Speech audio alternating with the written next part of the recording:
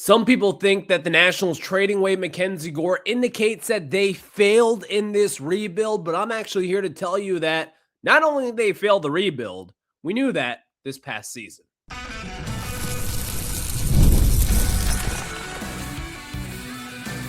You are Locked On Nationals, your daily Washington Nationals podcast, part of the Locked On Podcast Network, your team every day.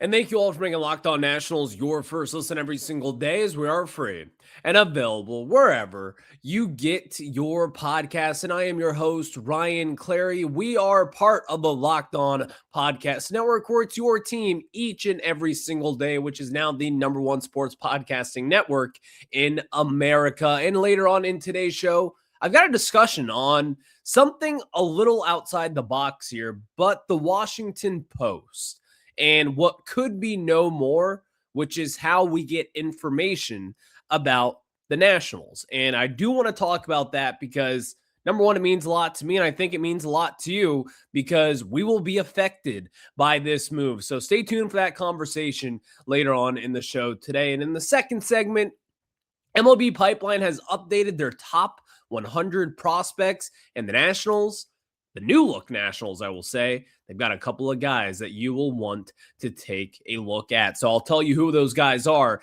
inside the top 100. But we start off discussing the Washington Nationals. And of course, did their rebuild fail when you trade MacKenzie Gore? And no, it did not fail.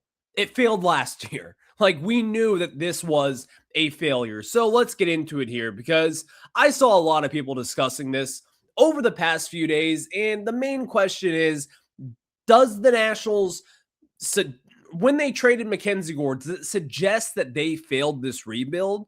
Like, yes, I guess, but even then, I think we knew that this past year.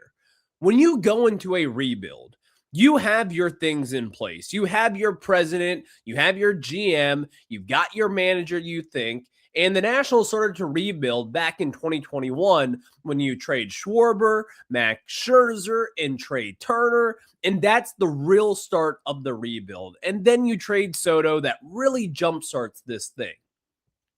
But then you go back to last season. And more particularly, before the season even started, you've got Davey Martinez on a video introducing the new alternate uniforms, saying, this clubhouse is ready to win now. It's not, forget about the we'll win next year. Like, we are ready to win now. That video comes out. Every opportunity that Mike Rizzo and Davey Martinez, they have to speak, they are saying, we are ready to win now. They believed in the fact that the rebuild was over and they were ready to take the next step, whether we believed in it or not. This was a failure when the Nationals were brutal to begin the year this past season.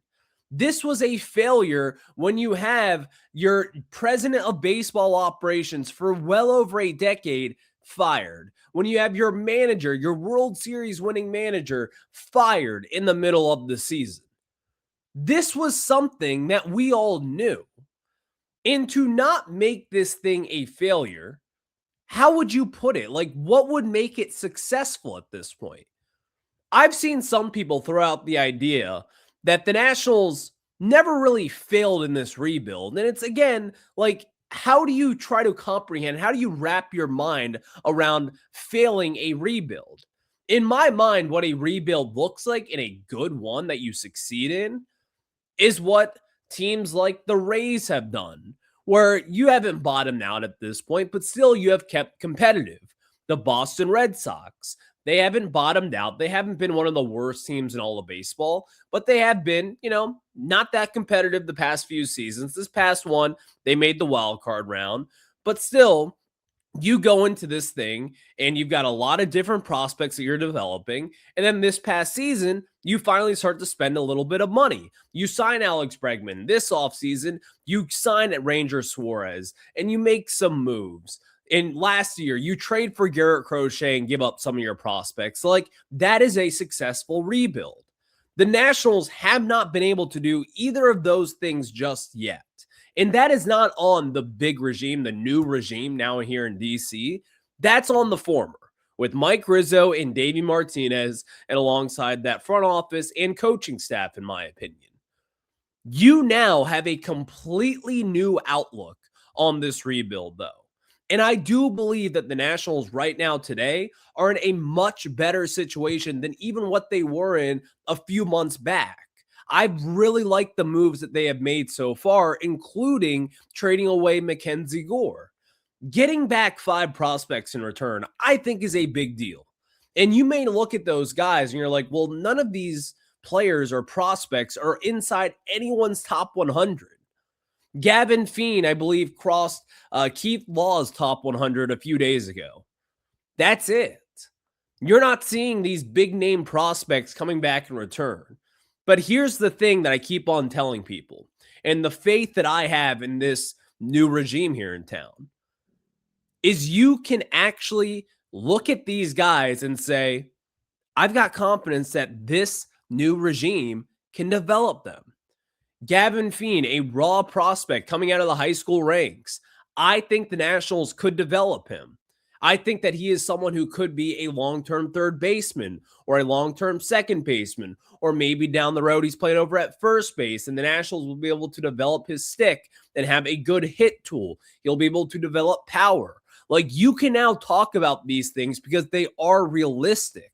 And the reason why I say they are realistic is because you have seen it done before with Taboni and what he did in Boston. I have seen it before with Ani Colombi and what he has done with Philadelphia. I have seen it with Devin Pearson, who has done it with Boston. You have guys who have a track record of success. And it's not just success that happened 10 plus years ago. This is success that has happened within these past few seasons. The Philadelphia Phillies have one of the better prospects in all of baseball with Aiden Miller. The Boston Red Sox, the number 1 prospect in baseball last year, was, blanking on his name right now, but you all understand the point. Christian Campbell and Roman Anthony. Those are the 2 guys from the Red Sox. You have seen this now. And the Nationals now have guys where you can now say, well, look who they have brought in just from this offseason.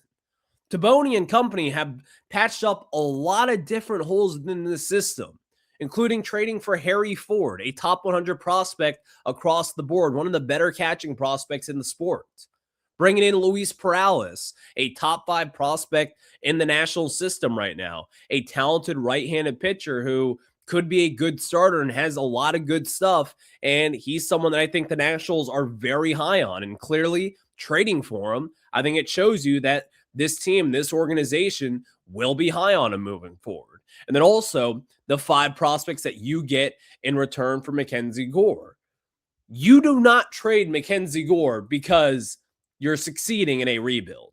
You are trading MacKenzie Gore to try to add depth in this system. And when you are trying to add depth within a system, there's only a few things that indicates, in my opinion. What it indicates is that you need to hit the restart button. And again, the Nationals are not too far down this road. Like, in my opinion, what went wrong in this rebuild was the fact that the Nationals were not able to develop talent. And yes, they did not spend in free agency either, which is a problem. But when it's the problem, we'll have that discussion. But right now, the problem for the Nationals is player development. So I look at this, and with people discussing whether or not, like, oh man, the Nationals failed this rebuild because they traded MacKenzie Gore. You're right. But also, this was a failed rebuild by June of 2025. This was a failed rebuild in May of 2025. This was a house of cards, and it all came crumbling down, which I think we all anticipated. So seeing the Nationals trading Gore and seeing everyone discussing, like, did they fail rebuild? Was it a success? Like, there were some successful parts to it, of course, but of course they failed the rebuild. And it feels as if you're a few years away from really competing, which is fine. I think some people expected it.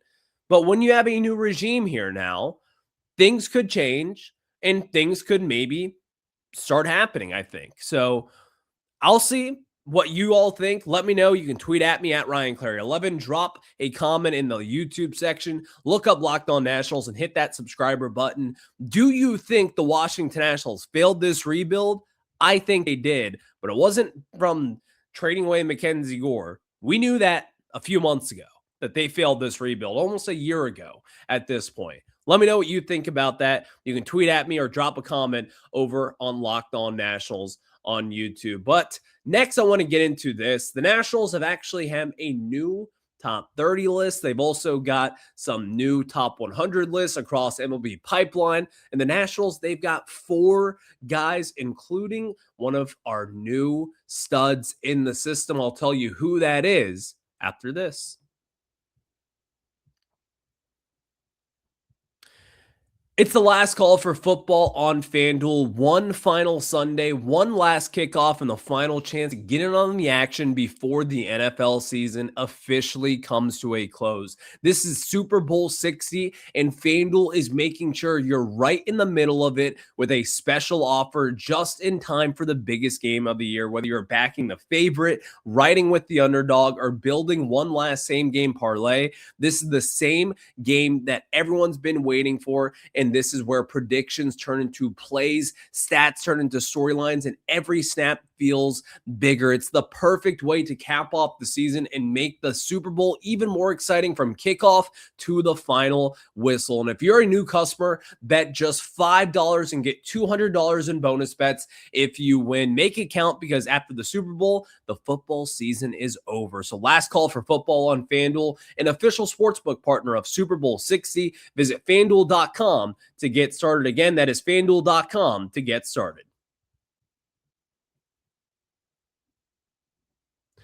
And we are back at it here on Locked On Nationals. And before we get inside the top 100 with the 4 Washington Nationals that have cracked that said top 100 list, I want to thank you all for making Locked On Nationals your first listen of the day. And thank you for making Locked On the #1 sports podcast network in America. And if you have not already, go check out our new Everydayer Club, where you get access to an ad-free audio for Locked On Nationals compatible with Apple Podcasts, Spotify, and every other major podcast app, and an invite to the member-only Locked On Everydayer Discord server, which includes a group chat just for listeners of this show. And of course, go to lockedonnationals.supercast.com. That is lockedonnationals.supercast.com, or tap the link in the show notes to learn more about the Everydayer Club.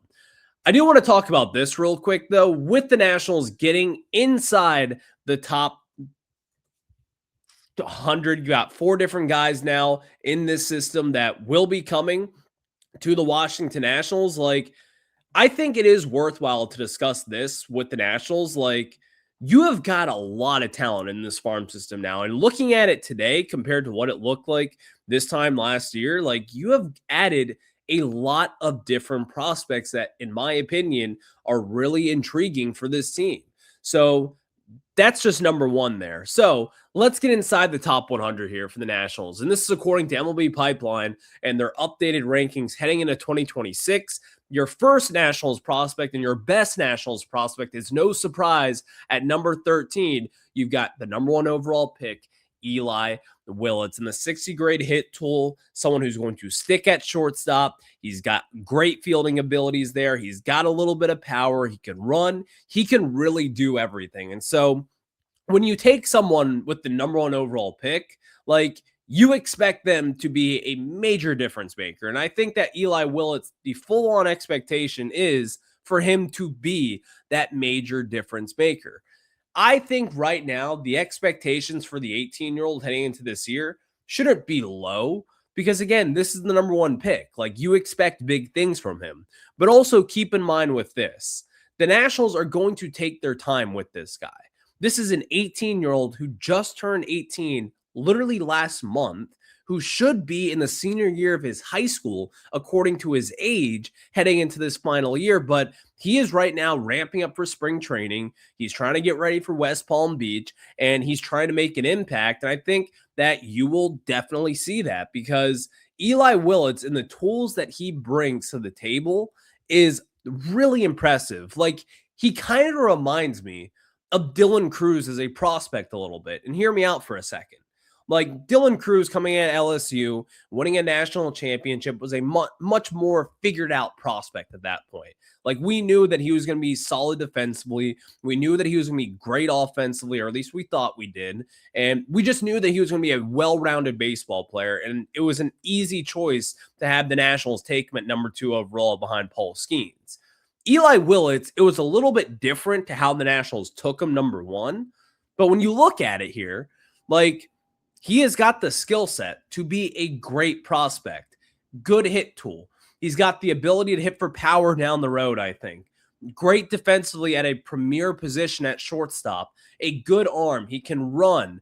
And again, I think he's just a well-rounded player and also a well-rounded person, having his father be a coach at the University of Oklahoma and the background that he brings. Like, I think Eli Willits is the perfect kind of guy to restart a rebuild. And I think that with him being number 13 on this list, according to MLB Pipeline, not a lot of people have him this high.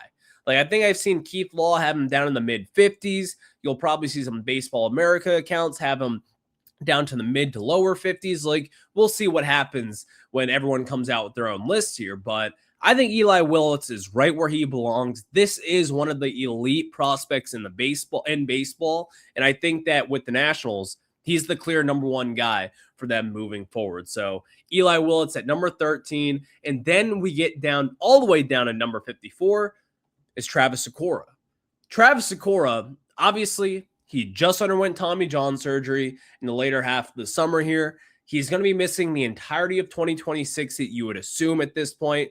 That's more than likely going to happen at this juncture. So Travis Sykora all the way down to number 54. If he was healthy, again, I think Sykora may even be your number 1 prospect. Like, he is coming off another dominant season in which he has had 32 starts over the past 2 seasons. He has a 2.14 ERA and 130 and a third innings pitched. He's got 208 strikeouts to just 44 walks, and he's got a 0.86 whip in those 32 starts. Like, when he is healthy, the stuff is electric, and he is an old school guy, like an old school mentality, and he's got like this feel for the game, and he is a massive presence on the mound as well. You see him down this low because of that Tommy John surgery. And of course, kind of the unknown of how he'll recover and how the Nationals will handle it and how long will it take. Like, you've seen it time and time again with a lot of big time pitching prospects, like back a few years ago with Andrew Painter. Unfortunately, this past year really fell off statistically speaking. He missed a couple of years after his Tommy John surgery, but he was a top 10 prospect in the game. And a lot of people thought that he would be a major big time impact. And unfortunately just was not that guy for the Phillies moving forward. But I do not think Sykora is in that category. It's way too early in his recovery. And ultimately we will see what happens with the Nationals' top pitching prospect. But next, we have got one of the new players in town at number 71, catcher Harry Ford. And the Nationals traded for him back a few months ago when you shipped off Jose A. Ferrer to the Mariners for Harry Ford. Harry Ford, again, coming off his best season as a pro to date. He had 97 games, an 868 OPS, a 460 slug, and hit 16 home runs, which is his career high, and also a career high with 74 RBIs. The athletic catcher behind the plate, sitting at 5'10", 22 years old, a right-handed bat, obviously a right-handed arm as well. This is one of the most intriguing guys in the system today, because I think that is, of these 4 guys inside the top 100, he's going to be a guy that will be trying to get a starting spot out of spring training. And I think that right now, one of the most intriguing storylines to watch for the Nationals is who will take that catching job. Will it be Keibert Ruiz, or will it be Harry Ford, or will they try to platoon that thing moving forward? And maybe you have Keibert Ruiz as a lefty bat, and then you have Harry Ford as the righty bat, and you kind of platoon guys similar to what they did with Suzuki and Yan Gomes back in the day in 2019. So seeing Harry Ford there, the talent is there. Like, he's got power. He's got the ability to steal bases as well. This is someone who stole 20 plus bases, 30 plus bases in a season, and he certainly has that ability to do that. He stole 35 bases back in 2024 as a catcher. Think about that for a second. So that's really impressive to think about for the Nationals. And then, of course, defensively speaking, some people think he's a lot better than what the numbers indicate. The deep dive metrics, like, don't really favor him too much as a defensive catcher, but why he is here inside the top 100 is because what this guy can do as a bat. He has done damage before in the minor leagues. You've seen him in the World Baseball Classic with Great Britain. You'll see him again this season battling for Great Britain, and he'll be in that playing down in Miami. And that will be a really intriguing situation for him to go against some bigger teams. And again, in spring training, this will be one of the major focal points for the Nationals and this organization. Will he take inside, excuse me, I had to sneeze there, but will Harry Ford take advantage of the opportunities that come his way? That's probably what the Nationals will be thinking about as we step into spring training in just a few weeks, which, by the way, just a few weeks away from spring training. But next, last but not least, is Jarlin Susana. Again, similar situation to Travis Sykora. He just had surgery back later on in the summer on his right lat. I mean, he's still recovering from it. We don't really know necessarily when he could be back. Like, I think that, again, there are some concerns with Susana because this past year he did battle a lot of injuries, but when he was healthy, you saw his fastball touch 102, 103, and when he was healthy again in 14 starts this year, 56 and a third innings pitched and 95 strikeouts. He had a 199 batting average against, a 131 whip, which is similar to what he had this past season. And this is someone who, again, is elite when it comes to swing and miss stuff. And having those 95 strikeouts, his walk rate really exploded this season, unfortunately for him, because last year it actually got a lot better in the second half in 2024. But in 2025, dealing with some injuries, you did see him fall off a little bit as far as his production goes. But this is, again, someone that I think the Nationals are still very high on, and one of the best pitches in the National system, and even a couple of best pitches in the National system for the 21-year-old has a 70 grade fastball that can touch 103. Then you've got a 70 grade slider that's in the low 90s. Like, this is someone who is disgusting as a starting pitcher. And again, if he doesn't work out as a starter, I'll be the first one to say this will be one of the best closers in baseball. Like, that's how good his stuff is, in my opinion. But he's going to have to find the zone, and he's going to have to stay healthy. Those are some big things to watch. So he's at number 80, and that rounds out the Nationals' 4 players inside MLB Pipeline's top 100. You got at number 13, Eli Willits, number 54, Travis Sykora, number 71, Harry Ford, and number 80, Jarlin Susana. Let me know if you think some guys should be higher. So let me know if you think that there should be others inside the top 100. Let me know what you think. You can tweet at me at RyanClary11 or drop a comment over at Locked On Nationals on YouTube. But next, I want to get into this. This is something that I think is more personal than anything, but it will affect you in the way that you maybe get some news about the Washington Nationals. So this is pretty big from the Washington Post. I'll tell you guys what's happening after this. And we're back here on Locked On Nationals. I want to get into this. I don't know if many people have been following what's going on with the Washington Post, but the Washington Post, the rumors is that they might be folding the sports section, meaning they will not have sports coverage in general, and that is one of the rumors right now.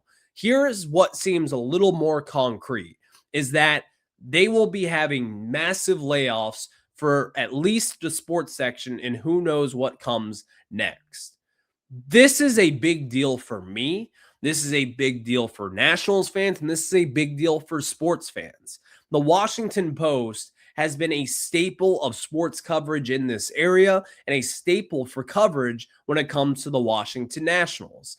Like, when we think about some of the beat reporters for the Nationals, I think back to Jesse Doherty a few years ago, who kind of manned this beat by himself. And then you had Andrew Golden, who's joined with him, who is now joined by Spencer Nussbaum of the Washington Post. Like, this has been, number one, great reporters who have done great things for this organization and who have done and had some great stories on this organization.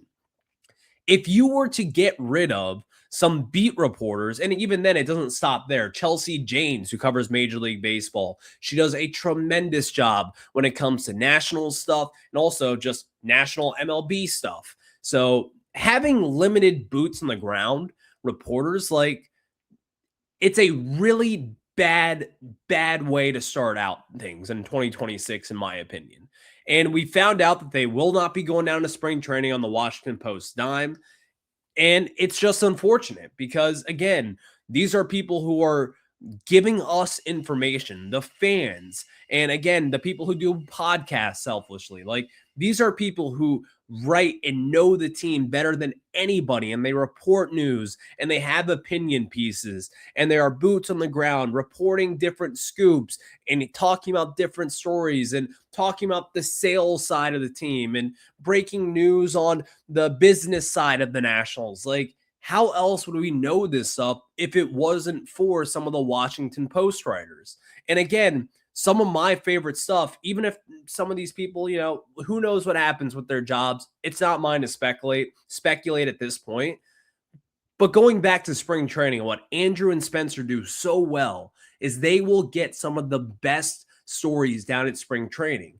That is invaluable to people out there who are just fans of the team, who talk about the team, who are big fans of the Nationals. Like, these are people who put everything into following this team. And also, on top of all of this, they will likely, and again, I'm not speaking for Andrew or Spencer, but it does feel as if that the Washington Post will be getting rid of a lot of the traveling beat reporters, and they will no longer follow their teams and go to every destination that the Nationals go to, or the Commanders or the Capitals. Like, this is just a travesty, in my opinion, when it comes to sports media.